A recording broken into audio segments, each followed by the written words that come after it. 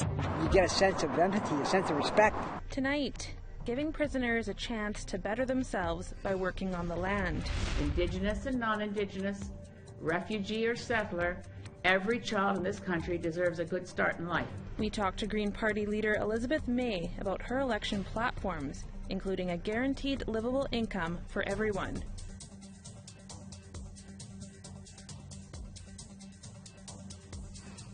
Good evening, I'm Brittany Hobson. The cows are back in their field. As of yesterday, 2 of 6 prison farms shuttered by the Harper government were officially reopened. The goal is to still use farming to rehabilitate inmates, but they will not operate quite like before. APTN's Todd Lamarand attended a tour and photo op in Kingston, Ontario. Taking pictures with cows replaced kissing babies today, as federal politicians announce agricultural practices will be ramping up once again at the Collins Bay and Joyceville institutions. These farms were closed almost 10 years ago. Now they're back. And during the last federal election campaign, we committed to undertake a review of the decision to close the farms. That's exactly what we did. A tour of the refurbished facilities followed. Livestock, dairy goats, plus organic produce, and beekeeping will eventually keep 60 prisoners busy. So everything in this building has been completely restored. $4.3 million over 5 years is being invested to undo a Harper government decision to shutter the program. Then, Conservatives said farming taught no practical skills for the job market. A couple inmates came forward and said, this wasn't about me learning how to be a farmer. This was about me learning how to be a productive member of society and developing skills to be able to be a productive member of society. Sean Shannon completely agrees with Garrettson. He spent 23 years behind bars and participated in the farm program back in the 90s. I didn't have any empathy or any self-worth when I showed up here. I was just a miserable person. And because you're responsible for another life, you get a sense of empathy, a sense of respect. So Shannon should have been happy about today's announcement, except he wasn't. It's going to be just a big factory farm, and it's just going to be an exploitation. There's not going to be no personalization. There's no rehabilitative aspect to it. It's just, it doesn't make sense. The operation used to provide produce and dairy products inmates could consume, but not anymore. The new program is expected to make money and be self-sufficient.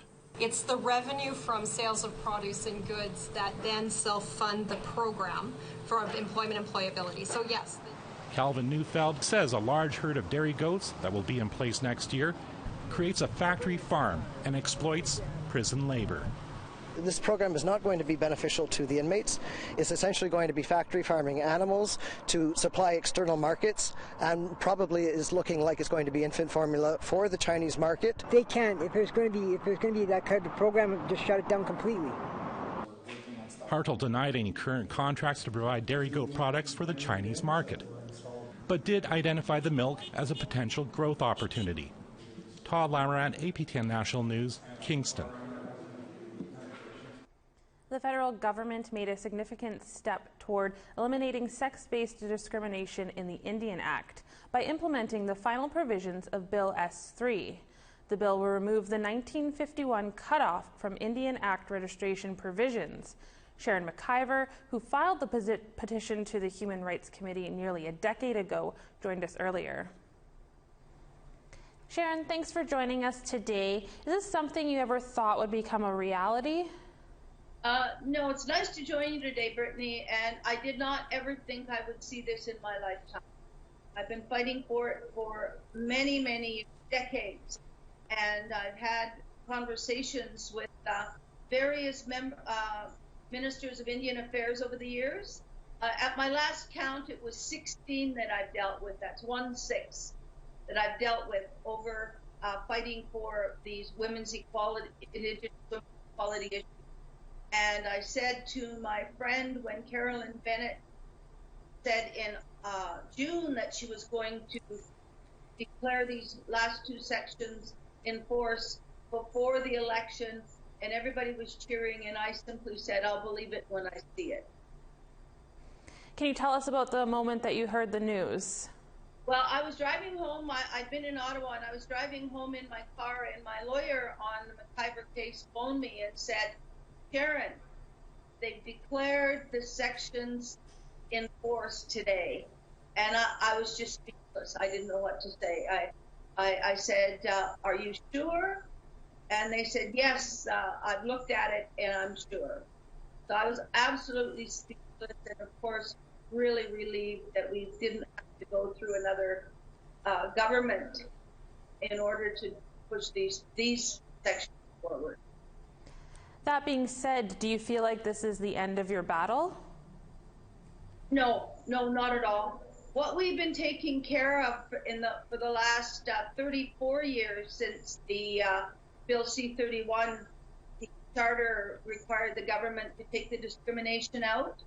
What we've been dealing with is the residual discrimination, the discrimination that they left in there in 1985, and the ongoing discrimination that they put in there when they amended the bill in 2011 with the McIver amendments. They put in that section, or the 1951 cutoff.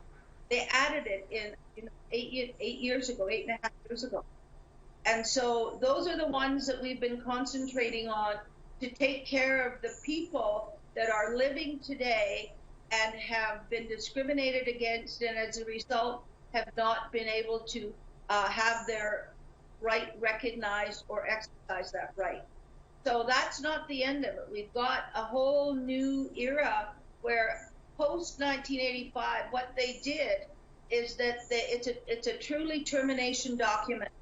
What it will do over the years, because they've got the two-parent requirement for recognition for Indian status, that eventually we will have no Indians left. What they will be doing, or what they've done, and it's in place, and we've been fighting this rear guard battle, basically to bring everybody who is alive today that comes from people who are discriminated against, to put them back into the pool, put them back into our community. Now, in the future, we've got to fight over the truly termination document, meaning that after 1985, the government made it clear that you had to have 2 Indian parents in order to have status. If you had only 1 Indian parent, then you couldn't have status. So that's a whole new fight. But the cleaning up of the old Indian Act is basically state 5 that we need to taken care of. There's a couple of things left that don't impact a lot of people, but it's not, the battle is nowhere near over. Well, thank you for your input, and it sounds like future generations will be continuing your fight. And that is all the time that we have for today, though. Thank you for joining us, Sharon. Thank you for having me. Have a good day. Family and friends of an Indigenous teenager whose body was found in Winnipeg's Red River 5 years ago tomorrow say they are still struggling to heal long after her violent death. Tina Fontaine's body was pulled from the Red River wrapped in a duvet cover weighted down by rocks in a death police believe occurred a week earlier. Her great-aunt Thelma Favel says she still feels daily heartache over the loss of the girl she raised, but is comforted that Tina's death renewed calls for a national inquiry into missing and murdered Indigenous women and girls. In 2018, a jury found Raymond Cormier not guilty for the death of Fontaine. There has not been any other charges or a conviction in this case. The Manitoba provincial election is set to take place in less than a month, and campaigning is in full swing for the 4 major parties. Part of that includes gaining the Indigenous vote. On Thursday evening, dozens of First Nations people got to question leaders at a town hall debate. Here's more on that. With election mode in full swing, the movement to get more Indigenous people out to the ballot boxes has kicked off. The Assembly of Manitoba Chiefs hosted a town hall ahead of the provincial election on September 10th. It started with a rally at the legislature. Anne Sanderson says she plans on voting. And I think it's important everyone like our people, go out there and vote for our First Nation people to have a voice.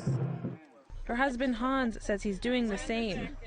He believes First Nations voices have been diminished for far too long. We've been silent for hundreds of years, so how long are we supposed to stay silent, right? So it's time. It's time to wake up our people and pitch into however they can, help with the growth of our nation. At the town hall, people filed into a theater to voice their concerns. Martina Fisher says Indigenous people need healing programs to address past traumas. Because of Indian residential school effects, the effects of colonization, there's so many people out there that need to know and find out who they really are. There's so many issues that people don't really think it's important, but it is important. Behind these closed doors, provincial NDP party leader Wab Kinew, along with provincial Liberal Party leader Dougal Lamont and provincial Green Party leader James Bedham fielded questions. Eileen Clark, Minister of Indigenous and Northern Relations, was there on behalf of the Conservatives. APTN was prevented from entering the theatre. Bear Clan was providing security and would not give a reason for the decision. There's no spokesperson available at this time. You're free to negotiate outside. Are they allowing other meetings to continue? APTN reached out to the AMC multiple times for clarification, but did not receive anything by airtime. Brittany Hobson, APTN National News, Winnipeg. Time for a quick break, but first here's a preview of what APTN is up to in the Northwest Territories. I'm Charlotte Morit-Jacobs, reporting from Marileco in the Satu region of the Northwest Territories. Next week on APTN National News, we'll bring you stories on food sustainability, interviews with respected Dene elders on healing, and decisions around the protection of sacred waters.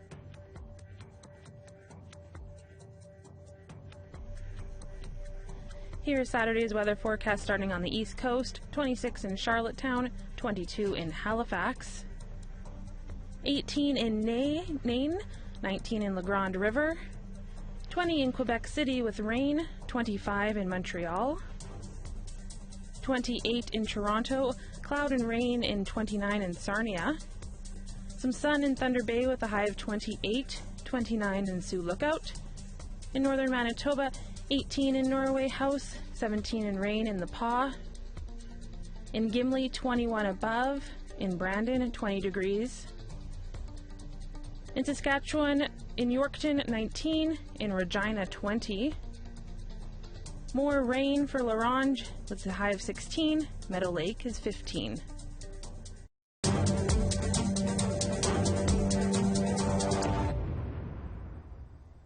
Welcome back. The federal party with the fewest seats in Parliament is trying to woo voters ahead of the federal election this fall. Green Party leader Elizabeth May made a stop in Winnipeg today. Flanked by Manitoba's provincial Green MLA James Bedham, May announced the federal Green Party platform includes a guaranteed livable income for everybody, something she says she's especially concerned about for children. Indigenous and non-Indigenous, refugee or settler, every child in this country deserves a good start in life, a roof over their head, parents who aren't in poverty, because poor children come from families where even with both parents working, both parents trying to keep a roof over their head, children start out in unequal places. And the work of Cindy Blackstock and the First Nations Child and Family Caring Society makes it clear, the statistics are abundantly clear, that far too many Indigenous children in this country don't get a fair start in life, but so too are many non-Indigenous families struggling. Green Party leader Elizabeth May joined me earlier in studio to talk more about her party's priorities that are of interest to Indigenous peoples. Thank you for joining us, Ms. May. Earlier today, you announced the Green Party wants to end poverty by introducing a guaranteed livable income. How do you plan on doing this across the country? Yeah, I think it's one of the very important recommendations of the inquiry on missing and murdered Indigenous women. It's been our policy for a long time. We are a wealthy, industrialized country. We actually can eliminate poverty. And the method that we propose, guaranteed livable income, the basics of it is that every Canadian gets a check, enough to live on, enough to be not in poverty. And it's not needs-based. It's based on you're a Canadian, this is your guaranteed livable income, and as you make money and pay taxes, it's paid back into the system. Now, the amount of the check and how we negotiate that is a matter for negotiation with the other levels of government, particularly obviously the provinces, territories, and municipalities, and Indigenous governments. We need to make sure that the amount of the guaranteed livable income is actually livable, and we know the cost of living varies across the country. But we would move as quickly as possible for this major improvement in social welfare and our social safety net. Addressing the global climate emergency is your party's top priority, part of which is stopping Alberta oil sands expansion. But some Indigenous communities say oil is key to their economic well-being. If the Greens form government, how would you navigate the transition from fossil fuels while respecting Indigenous rights and sovereignty? Yeah, well, I was very impressed with the language used in the Assembly of First Nations resolution that we're in a climate emergency. Frankly, you compare it to what we passed in Parliament, which was a good statement that we're in a climate emergency, but the Assembly of First Nations emergency resolution really made the key point, which is that in protecting Mother Earth, we cannot allow global average temperature to go above 1.5 degrees Celsius. This becomes just so essential that we have to work around it. So yes, we can work around it. We also launched in Mission Possible what we call the Just Transition Strategy to work with any current workers or communities that are dependent on the fossil fuel sector to ease that transition. Now, most fossil fuel workers are skilled workers, and their skills are needed in other sectors, including going to green and renewable energy. We're certainly hoping that within the principles of the United Nations Declaration on the Rights of Indigenous Peoples, Indigenous self-governing groups and nations can come forward with, okay, we've got renewable energy potential here. How do we get that up and running? We want to improve the electricity grid through our territory so that we make sure that when we have excess solar energy or excess wind power, we sell it into the grid to help those areas that are still struggling to get to 100% renewable. But the workers have to be listened to and their concerns taken into account, including bridging pension benefits, making sure there's jobs banks, community supports. We have a lot more details on our website, but just transition is part of equity, and you can't get climate justice without equity. You've said a Green government would implement UNDRIP. How would you get the provinces on board to respect free, prior, and informed consent around lands and resources?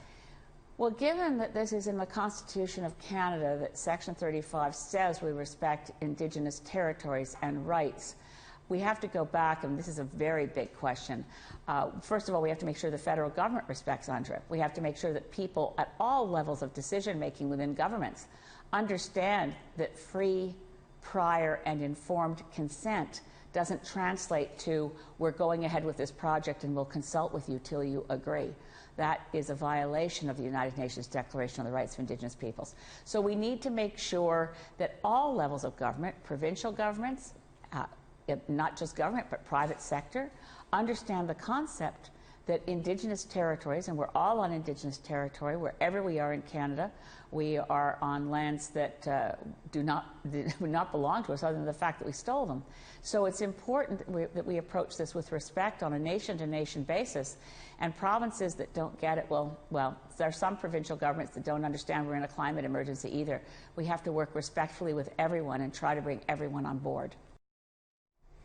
A canoe healing journey celebrates its 10th year. That story after the break. Here's the rest of Saturday's weather forecast, picking back up in northern Alberta, 13 in Fort McMurray and Peace River, 18 in sun in Edmonton, 22 in Lethbridge. In BC, a mix of sun and clouds and 26 in Kamloops, 23 in Victoria. Rain and 16 for Prince Rupert and Smithers. In the Yukon, 11 in Dawson, a chilly 4 in Rock River. In the NWT, 8 degrees in Fort Simpson, sun and 15 in Yellowknife. 4 in Colville Lake, 3 in Tuktoyaktuk. 17 in Baker Lake, sunny skies and 19 in Repulse Bay. In Cape Dorset, 16 above. In Clyde River, 18 in rain.